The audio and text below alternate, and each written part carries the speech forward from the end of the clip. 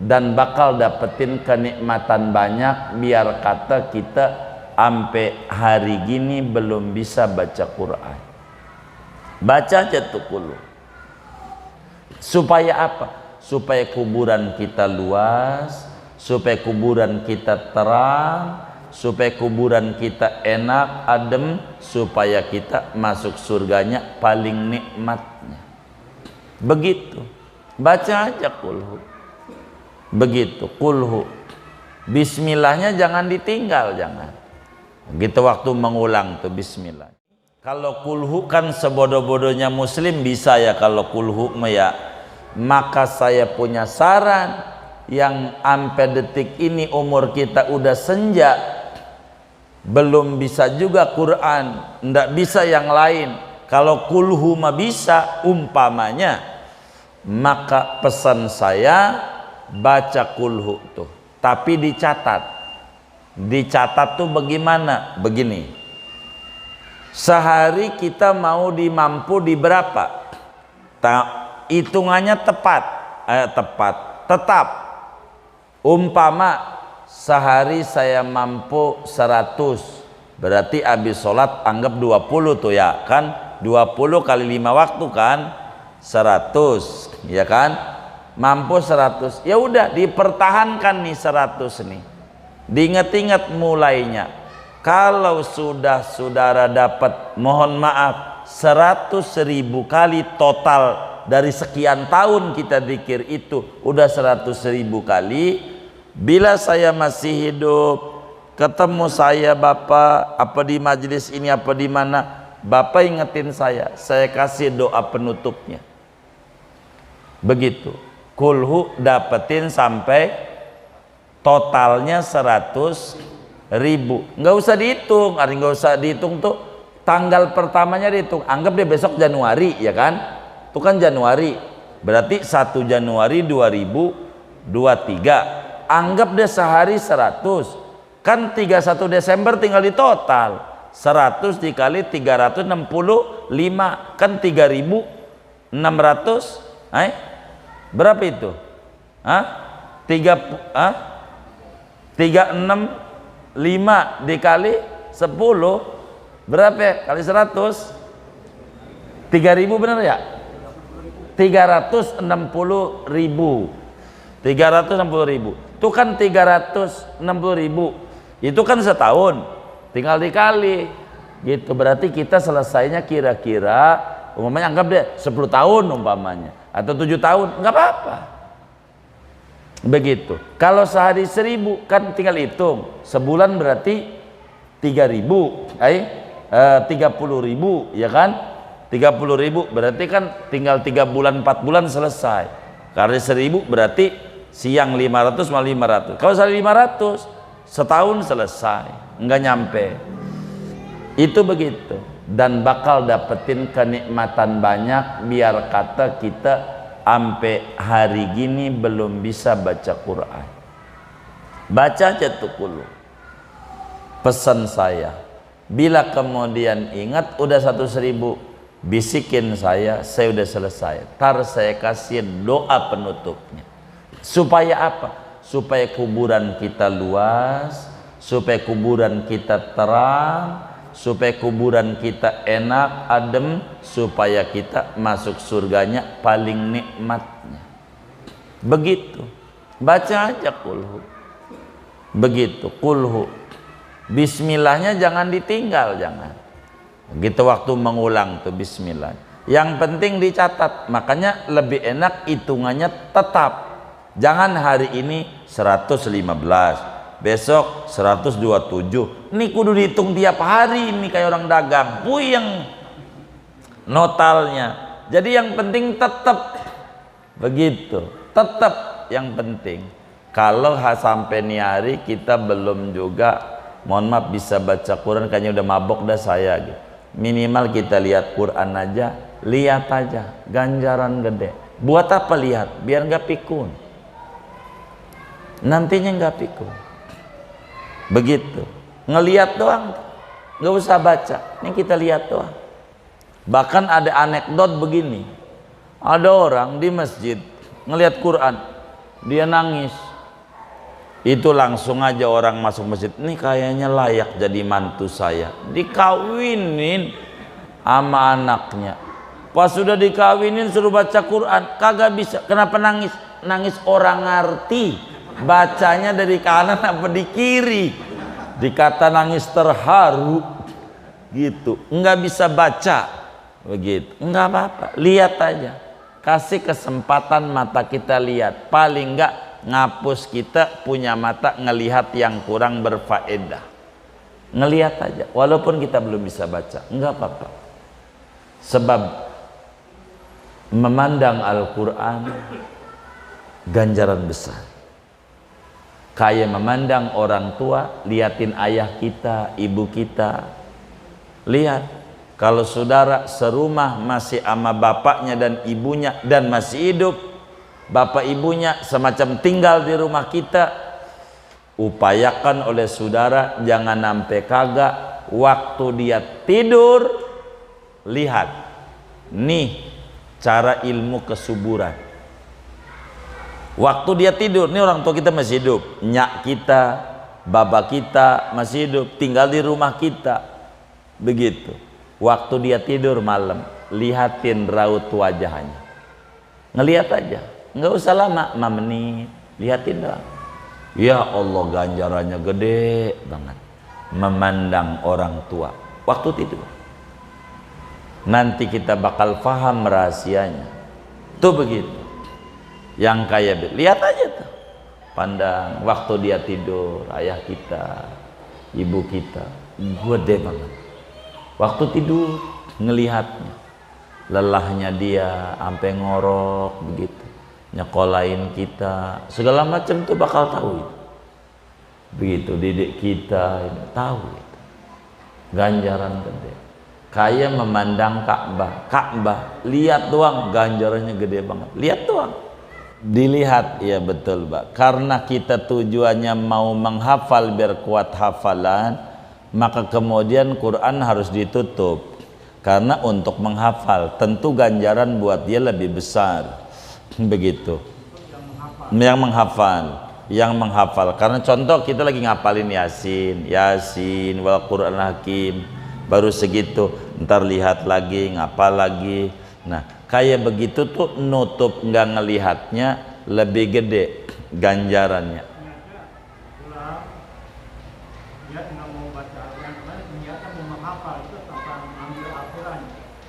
Sama aja, ganjaran besar dengan menghafal. Kalau ngomong Quran secara jujur, kitab yang paling gampang dihafalnya adalah Al-Quran. Secara jujur, itu janji Allah. Walaqad yassarna lidzikri fahal mim mudzakir. Sungguh kami mudahkan Quran itu. Jadi ngapal Quran itu paling gampang dan hilangnya paling gampang. Begitu. Hilangnya juga. Beneran. Kenapa kami katakan begitu? Paling gampang ini Quran. Sebab dalam rumus di daerah, di Serang lah, di Pelamunan tuh, Keramat Watu, itu ya Allah, yang namanya ngapal Quran jangankan laki, cewek. Saya masih temuin teman-teman saya yang cewek ngapal Quran 7 bulan, cewek yang ada mennya. Kalau cowok, wah banyak banget dah. Banyak banget, 7 bulan rapi. Begitu. Kami punya guru itu 6 bulan selesai Quran. Kami punya kawan, ini nanti maulid mudah-mudahan orangnya datang. Ada kawan kami, udah punya pondok juga tuh. Ngapal Quran berapa? 4,5 bulan, selesai 30 juz. Jadi normal itu ngapal mau cepat Quran itu, enggak terlalu sulit untuk ngapal. Murojaah yang lama. Murojaah tuh nempelin hafalan biar kayak kulhu. Kalau kulhu ama kayak orang yang kita benci. Kalau orang kita benci tuh apal terus sampai udah di kuburan tuh. Masih inget aja, bener nggak? Gitu. Lah ini Quran hilang mulu. Nah ini nih ngebersihinnya itu. Jadi Quran itu lebih mudah secara jujur untuk dihafal. Secara jujur lebih mudah. cuman berbicara hanya bagaimana metodenya, mana ayat yang sama, mana ayat yang tidak, segala macam. Ini kan nanti dikasih rumus-rumus untuk begitu. Singkatnya, ngafal Quran bagus. Begitu kita latihan ngafal Quran, paling enggak kita orang laki sampai al-hakumut mengkudu apal, sampai al-hakumut. Akhirnya ketahuan juga gara-gara corona. Dari kemarin gua nggak pernah jadi imam, sholat pas corona kan disuruh ngimamin sama bininya. Anaknya hafal, nih pasti idaja lagi kata anaknya. Emang bisanya idaja, begitu. Nggak apa-apa sampai al-hakumut mah kudu bisa. Kita orang laki kalau bisa mah begitu, kudu apalah buat modal sholat kita.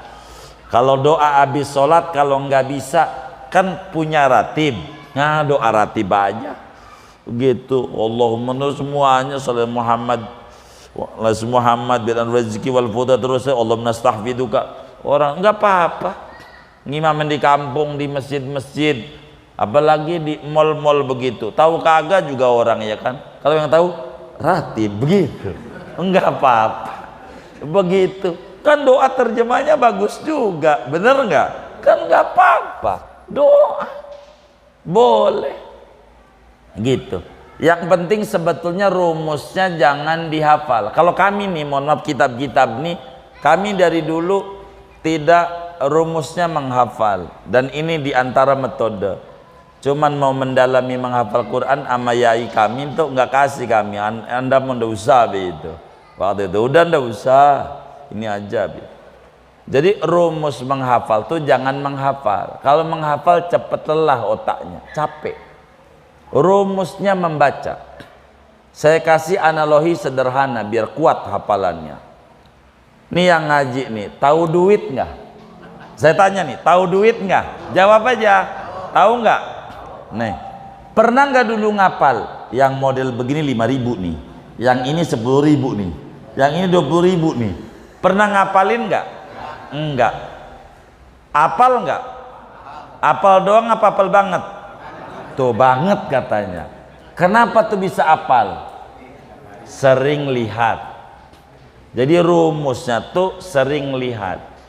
Jadi enggak perlu dihafal, diulang-ulang aja baca mau 1000 kali kek gitu. Rumusnya menghafal tuh begitu. Nih bapak pengen menghafalin Quran begitu, rumusnya dibaca aja. Mohon maaf, kalau kami nih, kami pribadi dalam kehidupan kami biasanya mengukur kecerdasan otak di 10, yang nggak kuat di 20. Nih contoh, baca apa ya, ayat kursi begitu, kita baca dulu dah tuh, Allahu la ilaha illa huwal hayyul qayyum 10 kali. Allahu la ilaha illa huwal hayyul qayyum. Allahu la. Jangan geser matanya, lihat tulisan sampai 10. Udah 10 merem. Kalau kami nggak tutup kitab tuh Mbak, caranya merem. Allahu la ilaha illa huwal hayyul qayyum. Oh, udah bisa. Terusin. La ta'khudhuhu sinatu wala naum 10 kali. Ulang lagi sampai udah 10 merem. La ta'khudhuhu sinatu wala naum. Kan udah tuh. Balik lagi yang dari pertama, ulang lagi. Allahu la ilaha illa huwal hayyul qayyum. La ta'khudhuhu sinatu wala naum. Cara ngederes. Lanjutin lagi. Begitu. Yang ini jadi 9, yang ini 10, yang ini 10, yang tadinya 9 jadi 8. Kayak begitu. Enggak usah dihafal. Dilihat aja. Rumusnya kayak duit, kayak bola. Messi apal Messi. Messi, ini Messi nih. Padahal saudaranya bukan, engkongnya bukan. Sering lihat. Jadi ini rumus. Kalau kita menghafal cepet capek. Jadi dilihat aja. Lihat aja. Rumusnya begitu. Kalau kitab tuh istilahnya di mutolaah kami nih. Jadi sebelum ngajar ngederes dulu, dideres, di mutolaah, dilihat sebagai adab sama ilmu begitu. Bagaimana ulama, bagaimana guru waktu ngajar, bagaimana ulama lain menyoroti ini, neranginnya ulama-ulama. Itulah yang kemudian disampaikan. Ini namanya cara-cara. silahkan saja ngapal bagus. Ngapal tuh secara jujur Quran itu cepat sekali Quran itu secara jujur. Yang penting memahami metodenya, karena Quran paling gampang untuk dihafal dibanding yang lain-lain. Quran paling gampang untuk dihafal, tapi yang paling hafal kita orang kulhu. Bener nggak? Biar kagak dideres-deres sampai sekarang masih hafal tuh, kudu kayak begitu tuh. Allah kasih kelebihan sama muslim, kulhu sampai detik ini hafal. Biar nggak deres-deres. Ada nggak deres, nggak pernah ikut tahlilan, kan nggak di tahlilan kan nggak deres juga itu, nggak, tapi hafal. Kurang lebih demikian. Wallahu a'lam. Jadi kalau kemudian kayak begitu kita harus berhenti di tempat mana untuk sholat subuh. Kalau ditanggung supir, kasihan supirnya dosanya, udah dosa dia juga banyak, nanggung orang 40 lagi. Begitu. Semuanya lo tanggung masing-masing. Wajib sholat, jangan sampai nggak sholat. Begitu. Diatur teknis bepergian tuh diatur. Kalau kita mengerti begitu, saudara nih kayak macam, mohon maaf, kami kalau umroh tuh, kami tuh nyari dulu tiket yang bisa berangkat jam sekian. Contoh, berangkat jam 1 siang ke Arab gitu, jam 1 aja cari tuh. Kenapa jam 1? Kalau jam 1 kita itu enggak sholat di pesawat. Kalau jam 1 dari Cengkareng nyampe Arab jam 5 asar nyampe Arab. Kalau dari sini jam 1, jam 5 tuh belum maghrib. Di Indonesia sudah jam 9 malam di Indonesia mah. Di Arabnya baru jam 5, udah maghrib belum? Nah, jadi waktu naik pesawat niat jamak takhir, begitu namanya cara mainin waktu namanya. Harus pandai itu kita memahami perjalanan demi perjalanan. Makanya kalau umpamanya kita mau berangkatnya bakal jam 4 untuk ketemu subuh, itu kenapa dia harus jalan? Karena dia supaya bisa ketemu Jumat dan seterusnya barangkali. Maka kita harus mensiasati sholat subuh di mana. Enggak jadi masalah. Umpamanya jam 4 berangkat dari sini, ya baru juga nyampe Bintaro adzan subuh, enggak jadi masalah. Sholat subuh aja di situ, berhenti sejenak, sholat subuh. Kalau supirnya nggak mau, sebetulnya nggak ada rumusan supir nggak mau.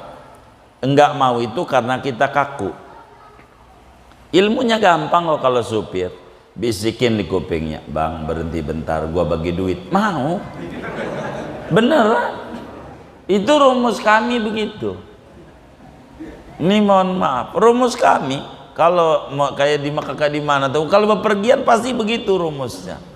Ini kita pengen ziarah ke tempat itu, prosedurnya nggak ada, tapi supir ada yang diatur kudu ke A, kita pengen ke B, bisikin supir, nggak bisa. Ini peraturan dari PT-nya gini, bang gua bagi duit, bisa. Jadi ya kita harus cerdas lah, bagi duit buat nolongin kita ibadah, kan ganjaran juga. Jadi yang pinter aja bang bu, kurang lebih demikian. Wallahu a'lam. Orang pikun.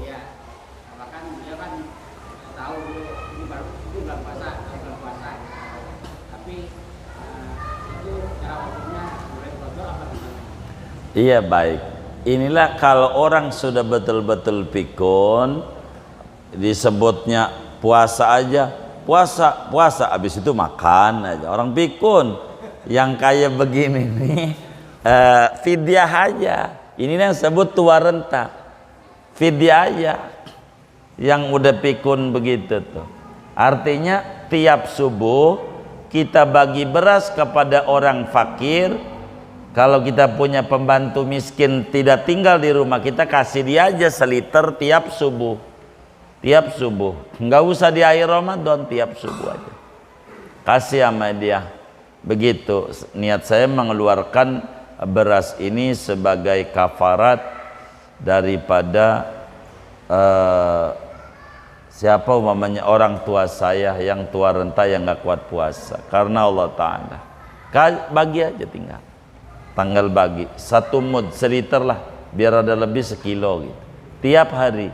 Kalau sudah kayak begitu, memang ada orang kayak begitu gitu, belum sholat aja, gua udah sholat, dia marah-marah begitu, udah sholat, gua belum sholat lagi, orang udah pikun, udah susah begitu. Nih mohon maaf, untuk menghindari kepikunan itu, amalan yang paling ringan kalau mau jujur nih biar nggak pikun, bacalah Quran sehari seain, itu nggak bakalan pikun. Rumusnya begitu, sehari itu tahu sehari selama 24 jam, jam berapa aja, di siang apa di malam, barang 2, 3, 4 ayat membaca dah. Quran tuh mata. Jadi kita nggak bisa baca sampai tua begini. Kalau sampai ada di antara yang hadir begitu, kita masih belum bisa baca Quran sampai detik ini, gimana mau baca? Uang saya aja nggak bisa. Wis, pesan saya, dan sampaikan juga kepada yang masih belum bisa. Kita nggak bisa ini Quran, beneran dah. Gua Arab juga gak ngerti, gua nggak bisa dah. Kalau nggak bisa, tolong dikasih waktu dari 24 jam, barang 10 menit lihatin Quran aja. Ini Quran, lihat aja 10 menit aja, itu ilmunya. Kalau sampai kita masih belum bisa juga begitu, lihat aja tuh, kasih 10 menit dalam 24 jam, selipin waktu 10 menit untuk lihat doang, memandangnya doang. Quran tuh ganjarannya gede banget, walaupun kita nggak bisa baca, mandangnya doang. Lihat Quran tuh gede ganjaran, Quran gede, lihat aja. Di luar ini, kalau kulhu kan sebodoh-bodohnya muslim bisa ya, kalau kulhu ya, maka saya punya saran, yang sampai detik ini umur kita udah senja, belum bisa juga Quran, ndak bisa yang lain. Kalau kulhu mah bisa umpamanya, maka pesan saya baca kulhu tuh, tapi dicatat tuh bagaimana? Begini, sehari kita mau dimampu di berapa? Hitungannya tetap.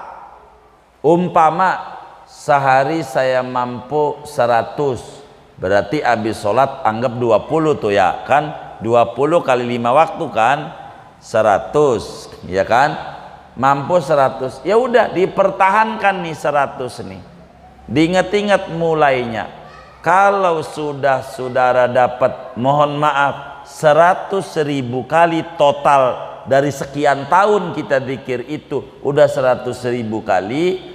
Bila saya masih hidup, ketemu saya Bapak, apa di majelis ini apa di mana, Bapak ingetin saya kasih doa penutupnya. Begitu. Kulhu dapetin sampai totalnya 100.000. Nggak usah dihitung, nggak usah dihitung tuh tanggal pertamanya dihitung, anggap deh besok Januari ya kan, itu kan Januari, berarti 1 Januari 2023, anggap deh sehari 100, kan 31 Desember tinggal di total 100 dikali 365, kan 3.600, berapa itu? 365 dikali 10 berapa ya? Kali 100 3.000 bener ya? 360.000 itu kan 360.000 itu kan setahun, tinggal dikali gitu, berarti kita selesainya kira-kira umpamanya anggap deh 10 tahun umpamanya, atau 7 tahun, nggak apa-apa. Begitu. Kalau sehari 1.000 kan tinggal hitung, sebulan berarti 3.000, 30.000 ya kan, 30.000 berarti kan tinggal 3 bulan 4 bulan selesai. Kali 1.000 berarti siang 500 mal 500. Kalau sekali 500 setahun selesai, enggak nyampe. Itu begitu. Dan bakal dapetin kenikmatan banyak. Biar kata kita sampai hari gini belum bisa baca Quran. Baca aja tuh Qul. Pesan saya, bila kemudian ingat udah 100.000, bisikin saya udah selesai. Tar saya kasih doa penutupnya. Supaya apa? Supaya kuburan kita luas, supaya kuburan kita terang, supaya kuburan kita enak, adem, supaya kita masuk surganya paling nikmatnya. Begitu. Baca aja kulhu. Begitu kulhu. Bismillahnya jangan ditinggal, jangan. Gitu waktu mengulang tuh bismillah. Yang penting dicatat. Makanya lebih enak hitungannya tetap. Jangan hari ini 115, besok 127. Ini kudu dihitung tiap hari ini kayak orang dagang. Puyeng notalnya. Jadi yang penting tetap begitu. Tetap yang penting. Kalau sampai nih hari kita belum juga, mohon maaf, bisa baca Quran, kayaknya udah mabok dah saya gitu. Minimal kita lihat Quran aja, lihat aja, ganjaran gede. Buat apa lihat? Biar nggak pikun. Nantinya nggak pikun. Begitu. Ngelihat doang, nggak usah baca. Ini kita lihat doang. Bahkan ada anekdot begini. Ada orang di masjid ngelihat Quran, dia nangis. Itu langsung aja orang masuk masjid, ini kayaknya layak jadi mantu saya. Dikawinin sama anaknya. Pas sudah dikawinin suruh baca Quran, kagak bisa. Kenapa nangis? Nangis orang ngerti. Bacanya dari kanan apa di kiri. Dikata nangis terharu gitu. Enggak bisa baca begitu. Enggak apa-apa, lihat aja. Kasih kesempatan mata kita lihat. Paling enggak ngapus kita punya mata ngelihat yang kurang berfaedah. Ngelihat aja walaupun kita belum bisa baca, enggak apa-apa. Sebab memandang Al-Quran ganjaran besar. Kayak memandang orang tua, liatin ayah kita, ibu kita. Lihat, kalau saudara serumah masih sama bapaknya dan ibunya dan masih hidup, bapak ibunya semacam tinggal di rumah kita, upayakan oleh saudara jangan sampai kagak waktu dia tidur. Lihat nih cara ilmu kesuburan. Waktu dia tidur, nih orang tua kita masih hidup, nyak kita, bapak kita masih hidup, tinggal di rumah kita. Begitu. Waktu dia tidur malam, lihatin raut wajahnya. Ngelihat aja. Nggak usah lama, 5 menit, lihatin doang. Ya Allah, ganjarannya gede banget. Memandang orang tua waktu tidur. Nanti kita bakal paham rahasianya. Tuh begitu. Yang kayak lihat aja tuh. Pandang waktu dia tidur, ayah kita, ibu kita, gede banget. Waktu tidur ngelihatnya. Lelahnya dia sampai ngorok begitu. Nyekolahin kita, segala macam tuh bakal tahu itu. Begitu didik kita tahu itu. Ganjaran gede. Kayak memandang Ka'bah. Ka'bah lihat doang ganjarannya gede banget. Lihat doang. Tuh begitu. Kurang lebih demikian. Wallahu a'lam.